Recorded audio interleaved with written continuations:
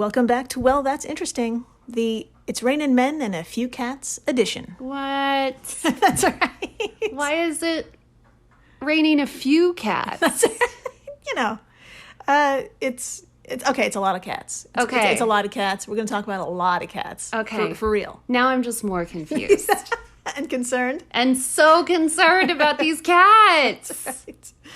Right. Today, In-Betweeni 045, man survives 15,000-foot fall and a 24-hour cat curfew. Do you like how I was more worried about the falling cats than the falling man part? I was like, oh, move over. How are the cats? And I got it. I understood.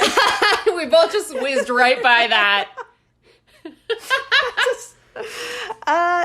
I'm Jill Chacha, and I am with the very concerned about the cats, Marissa Riley. Yes, I'm only here for the cats. I'm kidding. I'm sure the man was cool. I don't know.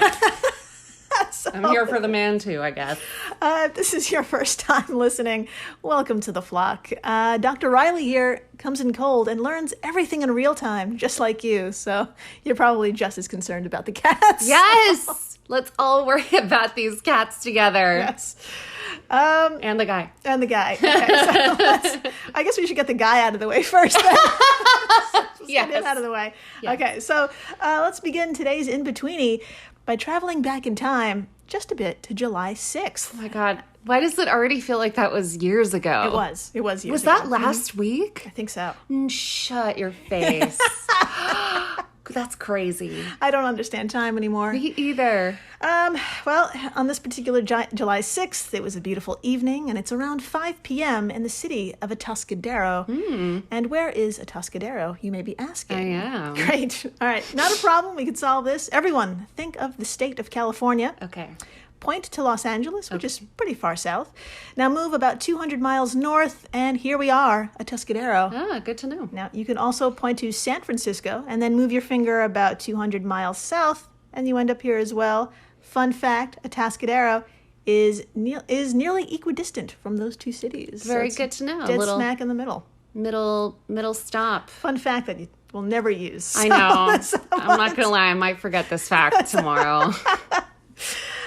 Like we said, it's July 6th, so people are still out and about enjoying the last of their long holiday weekend. One of those folks was Rose Martin. Okay. Who happened to have a front row view of what was about to occur. Oh, no.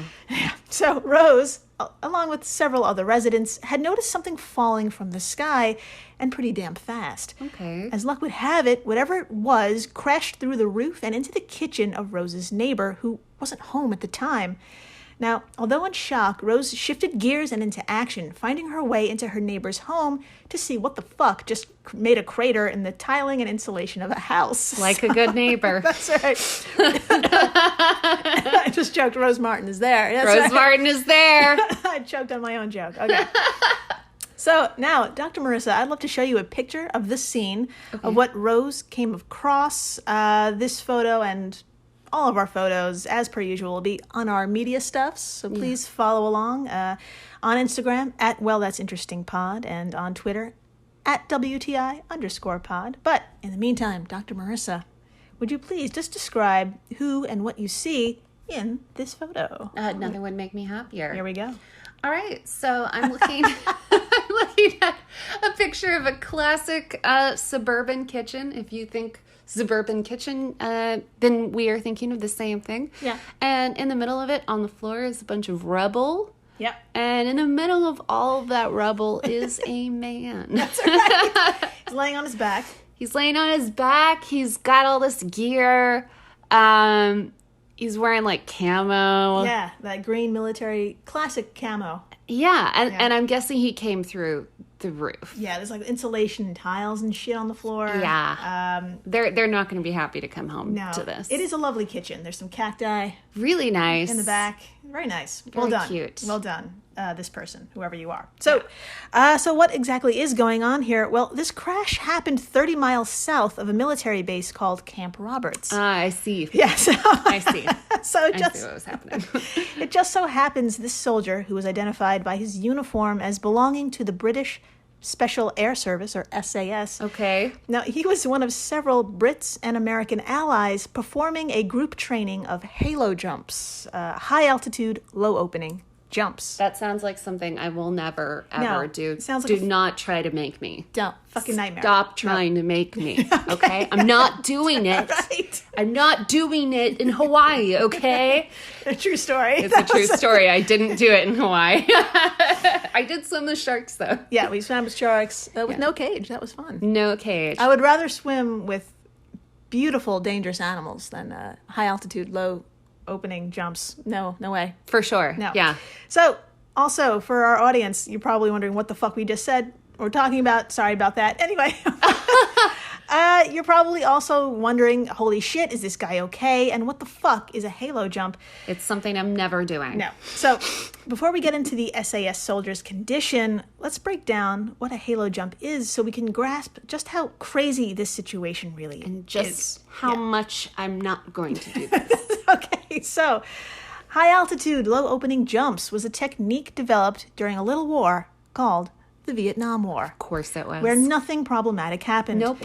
So, as you can kind of tell by the name, the goal is to drop soldiers into an extremely hostile environment with little to no detection as possible, which means your plane is way the fuck up there, as high as 40,000 feet, and the soldier doesn't deploy their parachute until they hit 3,000 feet to, again, limit the possibility of being seen. So, basically, they're just waiting until the last possible Yes. second to deploy their Yes. parachute, aka the thing that is going to save their life. You're exactly fucking right.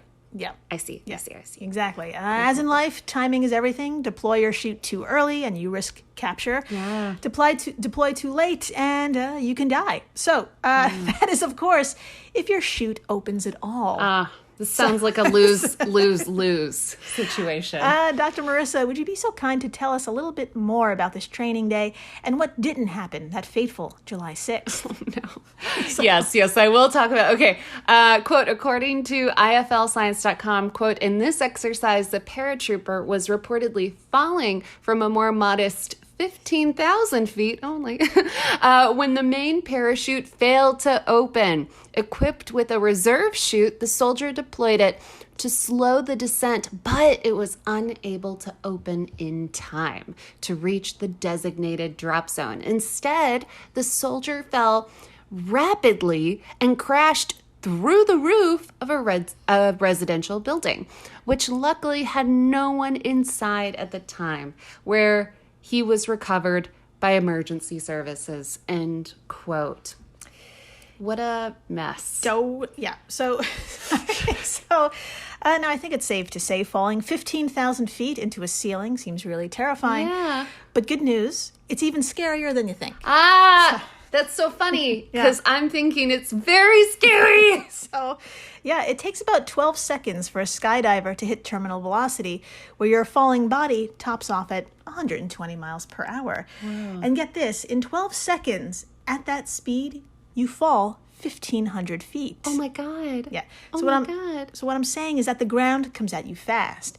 When that soldier reached 3,000 feet, he only had 24 seconds before he would hit the ground. Just like you said. Yeah, seconds. He had 24 seconds before he hit the ground. Y'all. Yeah, so thankfully within that time, he realized his main chute failed and was composed enough to pull the reserve.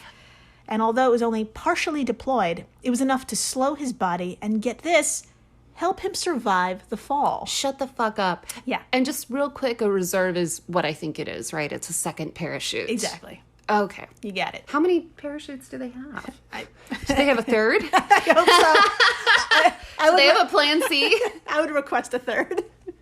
I would request a third, maybe a fourth. I would love it if like the final and third option was to like you know how a bouncy house is bouncy? Yes. Like a giant pillow or something? Like, what if they just deployed like a giant pillow right in front of them so that they would just fall into a cushion?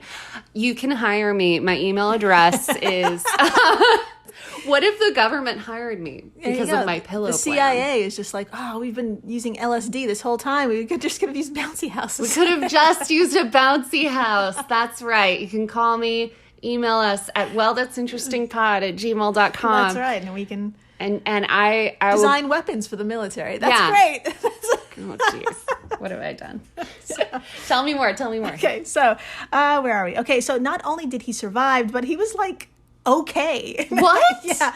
According to a statement by the Atascadero Police Department, quote, the parachutist was conscious, but stunned with complaints of pain, but no visible serious injuries. Shut the fuck up. Yeah. So basically he could just get up and go home if he wanted. So the worst situation had like the best possible outcome. Okay. Not only did the half-open... There's a pop-up. Fucker. Okay, so not only did the half-open chute save the guy, but also where he landed totally by chance saved him. Now, Dr. Marissa, would you please tell us a little bit about more about this?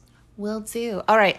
Linda Salady, the homeowner's mother, told local news station KSBY, quote, he came through the roof, through the trusses, and there's not that much damage to the house. It's amazing. It's mostly the ceiling, the sheetrock. He missed the counters, appliances, everything. That's right. And, quote, he did just fall on the floor. He straight to the floor. Perfectly on the floor. I mean, he missed so the British. knives. Yeah. He was, just so nice and that's British. so polite. Just fell right to the goddamn floor. There was no other impacts.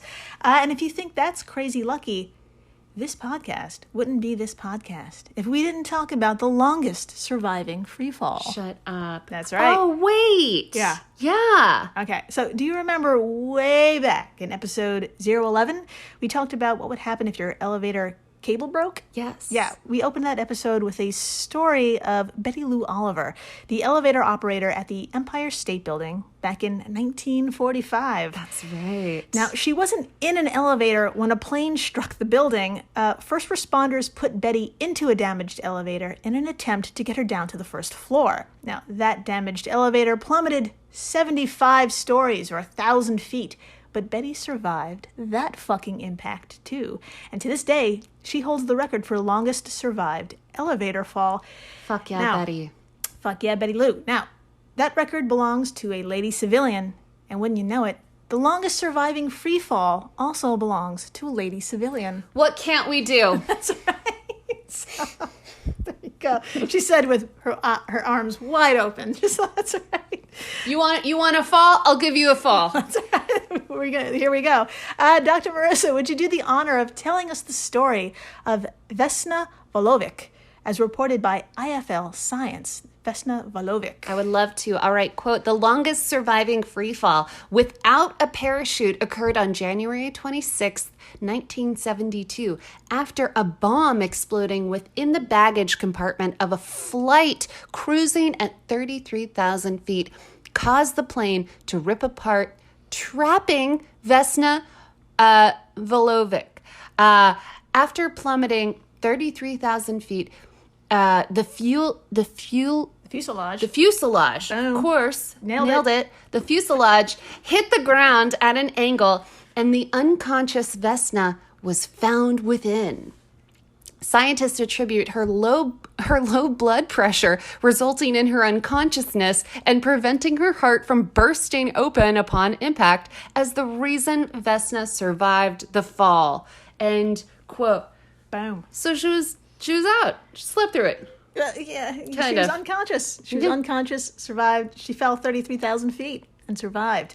Badass Vesna is totally badass. According to her wiki, she spent days in a coma and was hospitalized for months. She suffered a fractured skull, 3 broken vertebrae, broken legs, broken ribs, and a fractured pelvis. She was temporarily paralyzed from the waist down, but made an almost complete recovery, Shut the fuck up. walking only with a limp. Yeah, man. Fuck yeah. Fuck yeah. Only a limp? That's right. Now, Vesna has no memory of the crash, and when she recovered, she wanted to return to her beloved occupation as, you guessed it, a flight attendant. Shut the fuck up. That's right. No. Yeah. So if you have 5 minutes today, please check out Vence's wiki. Believe it or not, the plane crash is just a fraction of what this woman lived through and fought for. She was fucking awesome. I'm a huge fan. Yeah. I think she passed away about 3 years ago. So She probably lived a very long life, though. yeah, she totally did. That happened in 72, and she just died. Yeah. It's crazy. Crazy shit. So, after the break, more jaw-dropping shit. We're heading over to Australia to confront one of its best killers. And you won't believe who it is. Ooh. That's right. Stay tuned. Please do. Hello, everyone. You may recognize me as Gabby from the History of Everything podcast. And my name is Brenna, and you don't recognize me from anything yet. Together, we're two scientists who explore all of the weird little questions and conspiracies of the universe in our new podcast, Mystery of Everything. Everything has an explanation. We hope. But that is what we're here to figure out. We will dive into the science behind many popular conspiracy theories, such as vaccines causing autism, flat earth theory, and was the moon landing fake? And if so, why the heck would anyone even do that? But it's not just conspiracies. There's a lot of cool mysteries that we will attempt to use science to explain, such as near-death experiences, what made the Vikings go berserk, and can I control my co-host with MK Ultra? Wait, what? Anyway, make sure to check out the Mystery of Everything podcast everywhere where you find your podcasts. Hello everyone, Stakuyi here, And I'm Gabby. and we are the hosts of History of Everything, a podcast which you can probably guess by the name is, well, it's about everything. Do you want to know why people thought potatoes were evil and would give you syphilis? Are you curious about all the stories of the terrible and stupid ways that people have kicked the bucket over the years? Do you want to hear tales about all of the different badasses of history and the lives that they had brought to life? Well, if so, then look no further. History of Everything is just the right podcast for you. It's available on Spotify, Pandora, and anywhere else that you get your podcast from. Join us for some fun and just see how weird and wacky history can be. Hey everyone, Jill Chacha here from Well, That's Interesting, and I am absolutely thrilled to tell you about Spotify for podcasters. I use it, I love it, and it all started by downloading the free Spotify for Podcasters app, which has all the tools you need in one place to record and edit your masterpiece of a podcast. Spotify for Podcasters also distributes your show to all major platforms. So when you hit publish, your episodes will stream not only on Spotify, but I'm talking about the Apples, the Googles, Stitcher, Good Pods, the other ones. You get the idea. And you can monetize your podcast with no minimum listenership required. You could also set up monthly subscriptions and record ads just like this one. So what are you waiting for? Download Spotify for Podcasters today and start changing the world. Oh, and please, stay interesting. And we're back. We are so back. We're so back, and we're staring into the eyes of one of the most successful killers on the planet. No, thank you. Pass. I don't want to do that. That's right. We're looking into the eyes of an animal whose success rate at catching prey is around 32%. What? Yeah, I don't know about you, but trying to catch anything with your bare hands and no tools is really, really difficult. So getting lucky a third of the time is fucking bonkers. That's insane. Yeah. That is insane. It is. I also know where we're going with this. That's right. It's crazy. My friends, that animal is a house cat. I knew it. That's- I knew it. It was because of the title. Context clues. That's right. Just amazing. So, and these adorable little shits, and I say that with the most amount of love, are becoming a bit of an issue in the land down under. What? Let's head on back to July 9th, this time, again, just a few days ago, to a suburb east of Melbourne, to Knox, Australia. If you picture Australia, point to the very, very southeast corner, and there it is. It's right there. Oh, I also, before we go forward anymore, I have a hard time realizing that cats are a bad thing in Australia. Aren't there like mosquitoes the size of dogs there? Like, Everything is the size of a dog there. it's true. Yeah. It's true. Tell me more about these evil cats. Yeah. Now, according to the Knox City website, knox.vic.gov.au, you know the one. Yep. Quote, residents will be required to keep cats on their premises at all time under a new curfew coming into effect on October 1st, 2021. Oh my God. Knox City Council Mayor Lisa Cooper said the 24-hour cat curfew is designed to protect cats and local wildlife. Oh. End quote. Okay. Okay. This isn't the first time Knox installed a curfew for cats. Last year, they actually tried a trial run requiring cats to be confined to a homeowner's property between sunset and sunrise, so basically overnight. Yeah. Okay.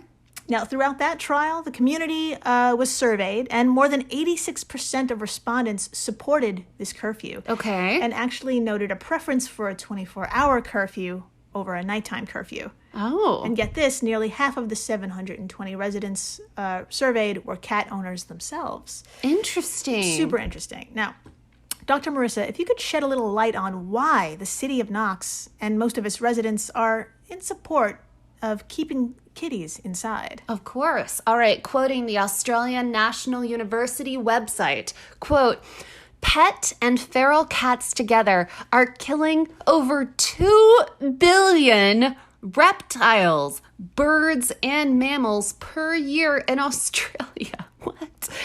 And most of these animals are natives, according to the new book written by 3 of Australia's leading environmental scientists. The book, Cats in Australia, Companion and Killer, compiles key findings from hundreds of studies and management experience about cats across Australia. End quote.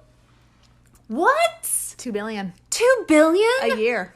What the fuck? Yeah. Cats? Amazing. I mean, they can be little shits, but like, they're out there fucking killing like reptiles. Yeah. And what mammals are they killing other than mice? Just so many mammals. Oh my god. Now, one of the authors and environmental scientists, Professor Sarah Legg of the Australian National University, ANU, breaks it down for us even more.